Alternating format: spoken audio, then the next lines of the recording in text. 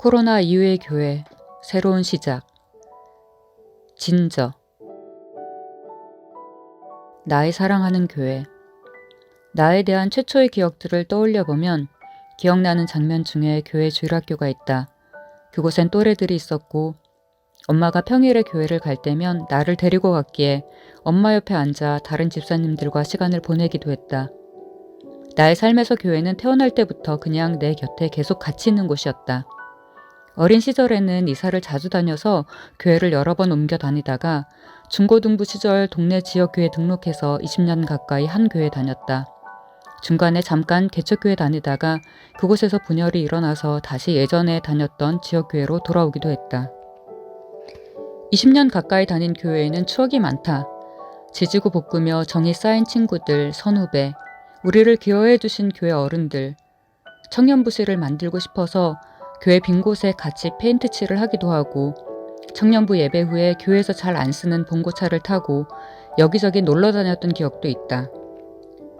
수련회에서 밤늦게까지 떠들었던 기억, 소그룹 리더 모임 때 말씀을 나누고 삶을 나누며 더욱 친해졌던 기억, 철야 예배를 마치고 청년들끼리 따로 모여 나눔을 하거나 찜질방 가서 놀다가 새벽에 헤어졌던 기억, 크리스마스 이브를 준비하며 함께 웃었던 기억, 새신자로 온 청년들이 하나님을 알고 하나님을 내 구주라고 고백했을 때의 기쁨, 피곤하다고 예배는 빠졌으면서 청년부 친구들과 놀러 가려고 교회 앞마당을 어슬렁거리다가 청년부 목사님께 걸려서 등짝을 맞았던 기억 등 행복했던 추억들이 하나씩 떠오른다. 그랬던 교회에서 문제가 생겼다. 목사님이 시작했던 일 하나가 점점 갈등을 일으키면서 문제가 커졌다. 해결이 안 된 문제는 분열을 일으켰고 점점 어려워지는 상황에서 교회 건물을 팔아 월세로 작은 상가 건물 2층으로 옮기게 되었다. 그 뒤로도 한 번의 이사를 더했다. 어려워지며 갈등이 일어나는 동안 교회가 하나씩 무너지는 것을 보았다. 청년과 장년 등 성도들이 떠나며 부서가 무너졌다. 젊은 장년층이 나오지 않으니 장년층의 자녀들도 자연스럽게 나오지 않으면서 유치부, 아동부, 중고등부 등 교육부서의 인원이 눈에 띄게 줄었다. 교육자들도 하나 둘씩 줄어들고 급기야 청년부에는 교육자가 임시로 있거나 있더라도 관심이 없는 경우도 생겼다. 나중에는 청년부 담당 교육자도 없는 상황에서 남은 청년들은 어떻게든 자생해보고 싶은 마음에 우리끼리라도 분열하지 말자라고 다짐하며 소그룹도 하고 모임을 이어갔지만 이미 냉랭해진 교회에서 우리는 점점 지쳐갔다. 교회에서 무언가를 하다 보면 지쳐서 서로 비난하고 험한 말들이 오고 갔다. 목사님은 조기 은퇴를 하셨고 청빙한 목사님이 또 다른 분열을 만들면서 결국 교회는 와해되었다. 오랜 시간을 끌어왔던 갈등의 끝이었다. 시간이 지나서 괜찮은 줄 알았는데 그때를 생각하면 아직도 아픈 걸 보니 좀 더 시간이 흘러야 할 것 같아. 교회를 나오며 코로나를 만나다. 그렇게 교회를 나오면서 오랜 시간 지속된 갈등에 넌덜머리가 났다. 나도 돌봄이 필요한데 청년부의 맏언니로 후배들을 돌봐야만 했던 상황에 너무 지쳐서 어느 교회든지 속하고 싶지 않았다. 그래서 집에서 멀지 않은 곳의 큰 교회에서 예배만 드렸다. 3개월 정도 예배를 드리다 보니 어느덧 2019년이 되었고 그때부터는 조금 에너지가 생겨서 그간 가보고 싶었던 교회들 예배에 가보았다. 그런데 막상 등록하려고 하면 과거 갈등에 대한 상처로 인해서인지 성도로 들어가는 것에 겁이 났다.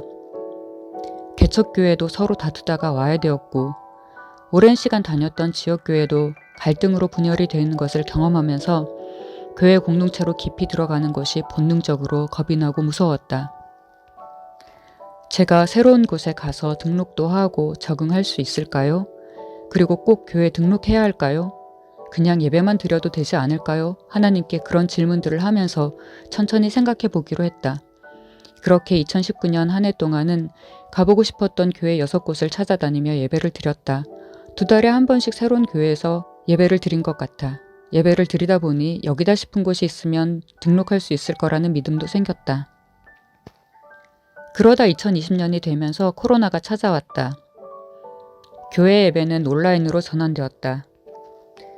나도 자연스럽게 온라인으로 예배를 드리게 되었다. 출석하는 교회가 없으니 그냥 설교가 좋은 곳을 찾아서 유튜브로 예배를 드리곤 했다. 처음엔 무척 편했던 기억이 난다. 교회 등록에 대한 부담도 없고 새롭고 낯선 곳에 가는 부담도 없는 데다 거리가 멀어서 찾아갈 엄두를 못 냈던 교회에 듣고 싶었던 말씀을 들을 수 있어서 온라인 예배가 좋았다. 속해 있는 교회는 없지만 학사회에서 온라인으로 하는 소그룹 모임이나 온라인 기독 청년 독서 모임 등으로 교제를 나누고 기도할 수 있었기에 기독교인이라는 정체성은 놓지 않았던 것 같다. 거리두기가 장기화되면서 2021년에도 온라인으로 예배를 드렸다. 하지만 점점 느슨해지는 기분이 들었다. 9시나 11시 예배 시간에 맞춰서 온라인에 접속하지 않아도 녹화된 영상을 통해서 나중에 예배를 드릴 수 있는 걸 알고부터 점점 나중에 드리자 하면서 미루게 되고 씻지도 않고 옷도 그냥 편한 상태로 입기도 하고 예배를 드리다가 잠들기도 했던 것 같아. 그러다 어느 순간에는 온라인 예배를 건너뛰기도 했다. 집에서 온라인 예배를 드리다가 딴짓을 하거나 잠드는 경우가 생기면서 노트북을 가지고 카페에 가서 예배를 드려봤지만 찬양을 크게 부를 수 없고 예배에 집중하기가 어려웠다. 그저 예배 시간을 지킨다는 행위 자체로 자주했다. 이런 나를 보면서 이게 맞나 고민했다. 그래도 온라인 예배가 편해서 그냥 이어갔다. 새로운 교회와 함께 2022년이 되었다. 교회 예배는 여전히 온라인으로 드리지만 매주 리더 모임이나 LGM으로 참석해왔던 수도권 학사회가 서서히 오프라인과 온라인을 병행해 모임을 하기 시작했다. 당시 학사회 소그룹은 줌으로 서울, 인천, 평택, 용인, 도쿄 등 각각의 지역에 있는 친구들과 연결해서 진행했는데 감사하게도 온라인이지만 말씀을 나누고 서로를 위해 기도해주며 힘이 되는 교제를 나눌 수 있었다.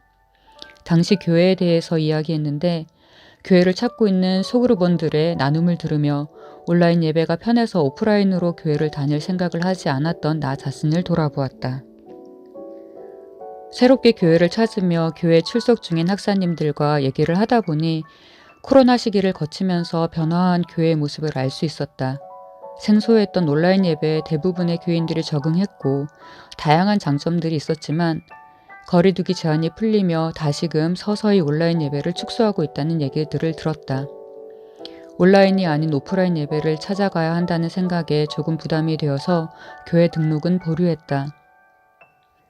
수도권 학사의 온라인 LGM 역시 멀리 있는 학사님들과 함께 교제할 수 있는 장점이 있는 반면 공동체성이 예전보다 약해지고 있음을 느끼면서 오프라인에서 모이는 쪽으로 방향을 잡게 되었다.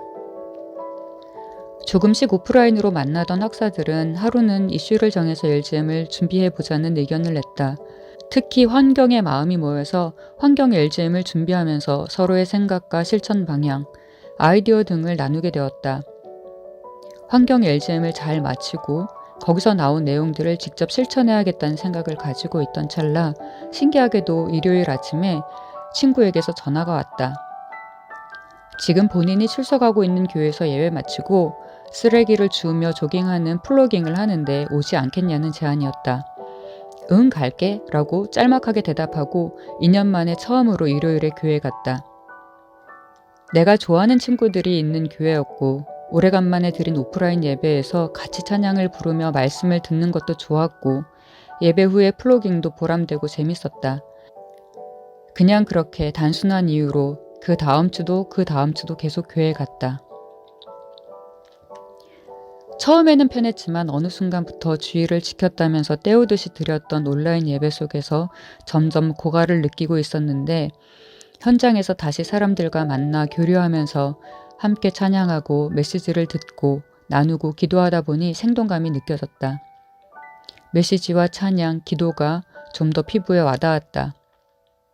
아침에 나가려고 준비하는 게 조금 귀찮기는 했지만 막상 교회에 가서 예배를 드리고 말씀을 들으면 온라인 때보다 집중하게 되면서 더욱 삶이 풍성해졌고 어느 순간 감사를 고백하게 되었다.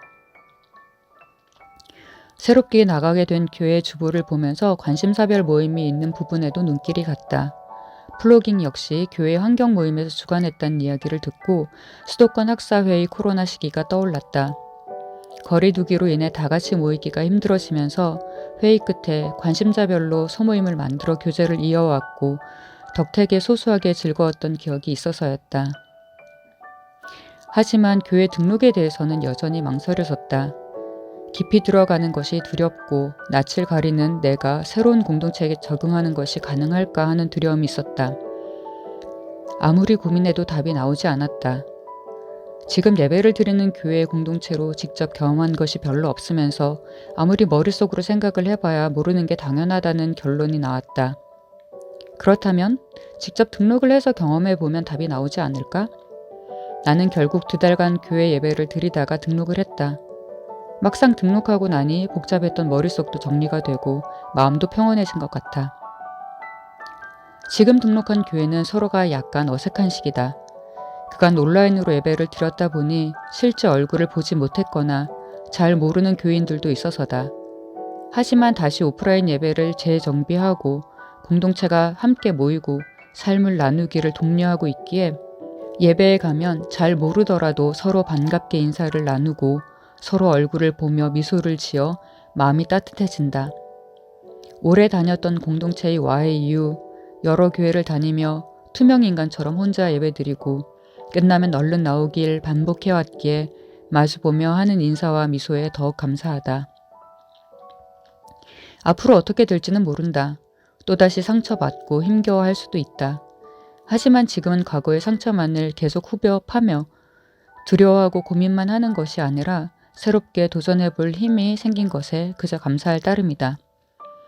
코로나 시기를 지나며 나처럼 그리스도인으로서 실망이 있었거나 쉬고 싶은 마음에 교회 밖에 있었거나 교회 안에서 약해진 공동체를 버텨온 모든 학사님들과 성도님들에게 다시금 하나님께서 새 힘 주시기를 두 손을 모아본다.